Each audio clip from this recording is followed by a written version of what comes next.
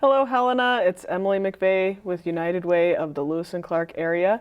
We're here today for the United Way Partner Spotlight with Todd Tecca from Our Place, part of Good Samaritan Ministries. Welcome, Todd. Thank you. It's been a while since you've been down here. It has. You guys have a lot of new things happening at Our Place. We do. We're rebranding a little bit and reworking with some of the programs so that we can better the resources that we have for our folks. Perfect. Tell us all about what Our Place is, what you do there. So Our Place is a resource and recovery center. So we do recovery groups, engagement groups, social groups. We try and make sure that we have resources for folks. We help with driver's license, IDs, birth certificates, Social Security cards, getting them signed up for housing, Medicaid, Medicare, all that fun stuff that they may or may not need help with or just don't know how to navigate the system. Yeah, so it's in the past been known as Our Place Drop-In Center, kind of gearing away from that to being more of a support service with programs. True. Yes, we're moving away from more of the drop-in center into the recovery and resource center so that our focus can be more on helping folks get where they need, because there seems to be a lot more challenges with housing, with employment, just getting social services on board where they're needed. So that's our main focus at the moment. All right.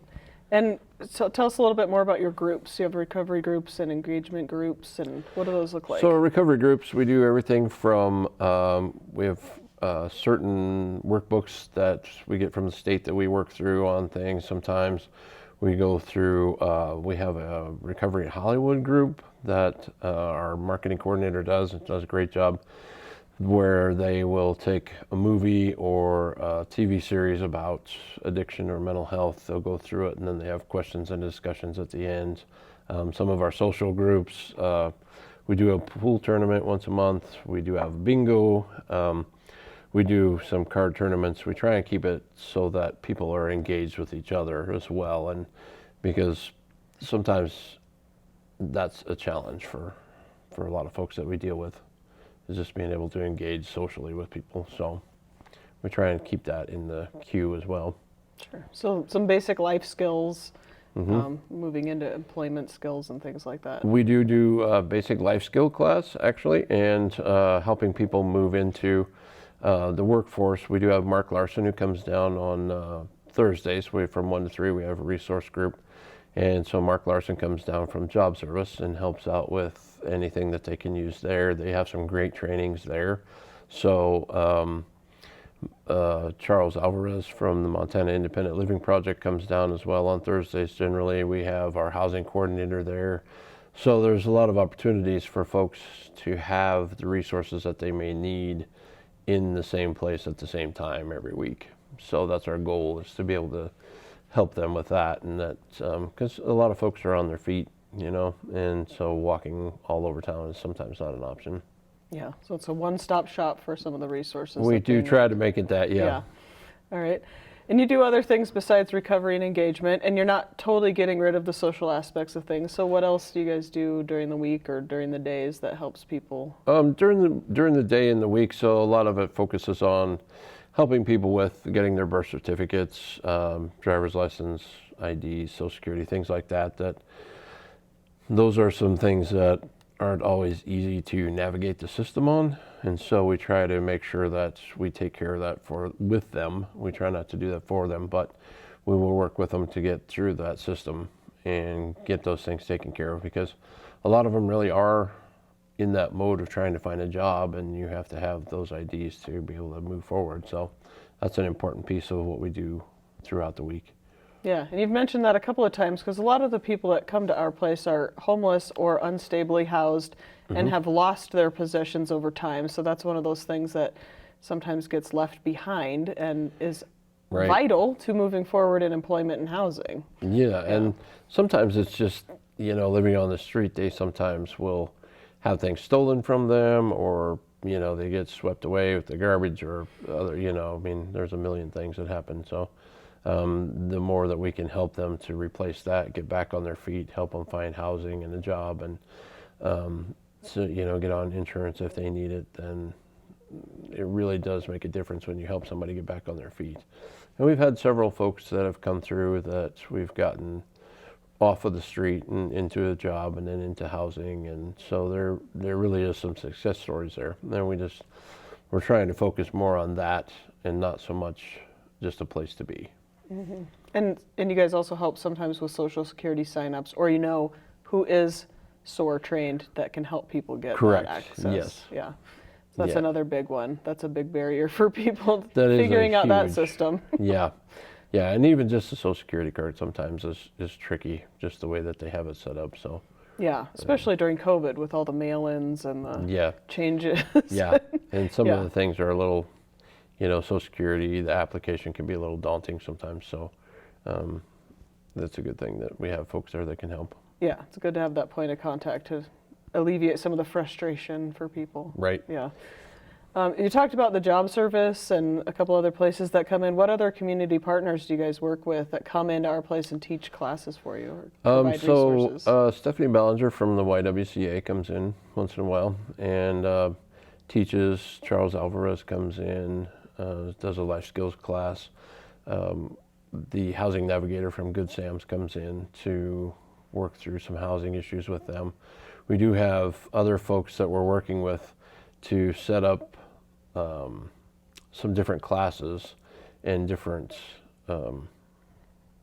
groups that folks can learn from. So the idea is that if we give them a plethora of resources, that they'll have some to pick and choose from, and that won't just be the same thing over and over and over. But they'll find something that they can attach to, that they can relate to, and that will help them move forward. And so that's the goal, is to give them as many resources as possible.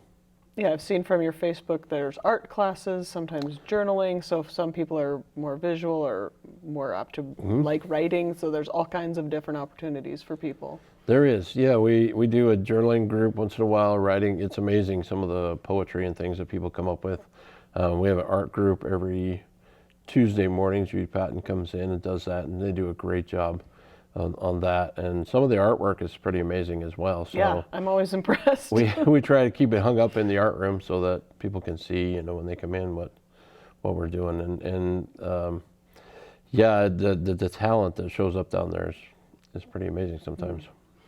So who can participate in those groups at our place or the resources that you provide? Actually, anybody can come in from the community and participate in any of the groups. It's an open house. We try to make sure that, if folks are in group, that we make sure that it's safe and it's the least disturbing, or being disturbed the least amount as possible with folks in and out. But anybody can come and participate, and we encourage anybody that needs, some help with recovery, or just a life skills group, or, any of the groups, or even just resources to come in and ask. Or people that need a social outlet, potentially. Oh, so if you're definitely. sitting at home alone or whatever. Most definitely. It's a great social outlet there, and there are wonderful people down there. I think that is probably one of the most misunderstood things, is if people are homeless, there's something wrong with them, and but there's any number of reasons that people are losing their houses. We all know rent's going up. People are working 2 and 3 jobs just to afford to live. So some of the people that come down have just run into really difficult times and challenges, but they're still amazing to sit and just talk to. So I would encourage everybody to come down and visit a little. And our place is staffed. You have staff there. We do have staff. We during have your open hours. 2 peer supports on staff and another staff. And we have other staff that comes in from Good Sam's. Mark is our street outreach person. His office is there as well. We're open Monday through Saturday from 9 to 3:30 every day. And so people have those opportunities to come in and get some help with everything, or even just socialize. We do have folks that come just sometimes for the groups, So with all of that happening, I assume you're still looking for more people to support the groups, support more types of classes. Are you looking for more people to come in and provide more services? You bet. We're always looking for folks to come in that want to do groups, that have some experience with that, or even volunteers. We could really use some folks to just help out with the front desk sometimes, or just to help with different projects around there. And so even if you want to just come in and sit and see how things go and then volunteer, we would love to have folks do that. And do you need items donated? Is there things that you need specifically for our place? We can always use, socks, blankets, sleeping bags, tents, things like that for Mark's outreach. As far as we go, we can always use coffee, creamer, sugar. That's a big Important. thing. Important things, yes, to keep that social flow going. Sure. But Do you need things like art supplies or anything like that for your groups? art supplies are always great. Yeah, those seem to trickle in here and there. So anything that anybody has would be, we'd appreciate the donations and their participation. If you're at all artistic or even not artistic, because I'm not very artistic, but I enjoy sitting in on the art groups, and they turn out some really wonderful things. Sure. So. Yeah, do you want people that can teach finances or car mechanics? Or That would be great. If I'm not sure about car mechanics, because we can't. We've had that. Hard. We've actually had that issue of people tearing the car apart in the parking lot. Oh, yes. But teaching finances or just general life skills. We have a cooking class coming up this fall, so we are looking at all the different aspects of life. That if you feel that you can help out teaching something, by all means, please come and see me. Great. Anything else about our place to share with Helena? I would love folks to come down and visit with us and see what it really truly is. I know people get intimidated sometimes by some of the folks that are homeless that are there, but the reality is once you get to know them, they're really good people. Well, and our place has been running for quite a few years now. I think we're going on 10 years. Yeah, I was going to say, it's not a new program, So, and it's morphed a little bit over time. It has changed a little over time, and so again, we're just kind of going through an organizational change as we move more into focused on recovery and helping people get back on their feet. Yeah. So. And I don't think people know necessarily that there's a network of places like our place around the state of Montana that work under a grant. That's true. You I have believe more there support are. than just the Helena community with guidance on Right. what's the best practices. True. Yeah, there is, I believe there are 10 drop-in centers around the state, or recovery centers. And so we all get together at least once a month and discuss how things are going in different parts of the state. And so it's interesting to be able to compare what they do in smaller communities and larger communities, and then kind of we can pick and choose what we think will help the most here. So.